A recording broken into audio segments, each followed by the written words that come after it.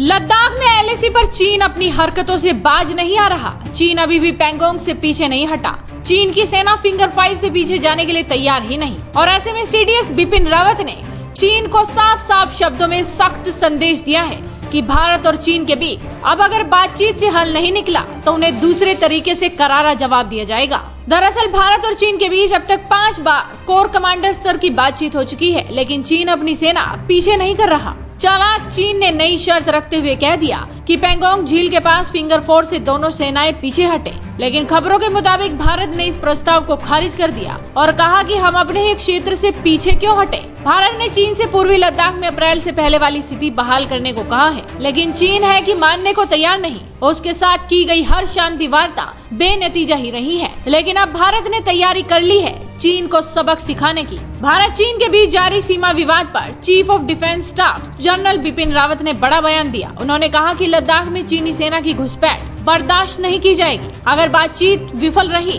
तो सैन्य विकल्प मौजूद है। सीडीएस रावत ने ये भी कहा कि सरकार का प्रयास बातचीत के जरिए इस मुद्दे को सुलझाना है। हालांकि उन्होंने इशारा किया कि पूर्वी लद्दाख में सेनाएं पूरी तरह से तैयार हैं। उन्होंने कहा कि रक्षा मंत्री राजनाथ सिंह, राष्ट्रीय सुरक्षा सलाहकार अजीत डोभाल और राष्ट्रीय सुरक्षा की जिम्मेदार लोग इस कोशिश के साथ सभी विकल्पों पर विचार कर रहे हैं कि पीएलए लद्दाख में पहले जैसी स्थिति में लौट जाए। जनरल रावत ने कहा, सरकार शांतिपूर्ण ढंग से मामला सुलझाना चाहती है। रक्षा सेवाओं का काम निगरानी रखना और ऐसे अतिक्रमण को घुसपैठ में तब्दील होने से रोकना है। अगर एलएसी पर पूर्व स्थिति बहाल करने की कोशिशें सफल नहीं होती हैं, तो सैन्य कार्रवाई के विकल्प पर भी विचार किया जाएगा। इससे पहले सेना प्रमुख जनरल मनोज मुकुंद नरवणे भी कह चुके हैं कि आर्मी हाई अलर्ट पर है। फॉरवर्ड पोस्ट के लिए कई हथियार, गोला बारूद और विंटर गियर खरीद रही है। 3 साल पहले जब चीन ने डोकलाम में धौंस दिखाई थी, तब जनरल रावत सेना प्रमुख थे। उन्होंने खुफिया एजेंसियों के बीच तालमेल की कमी की बात को सिरे से खारिज किया। जनरल रावत ने तब भी कहा था कि भारत की इतनी लंबी सीमा है कि उसकी लगातार निगरानी करने की जरूरत पड़ती है। और एक बार फिर से सीडीएस बिपिन रावत ने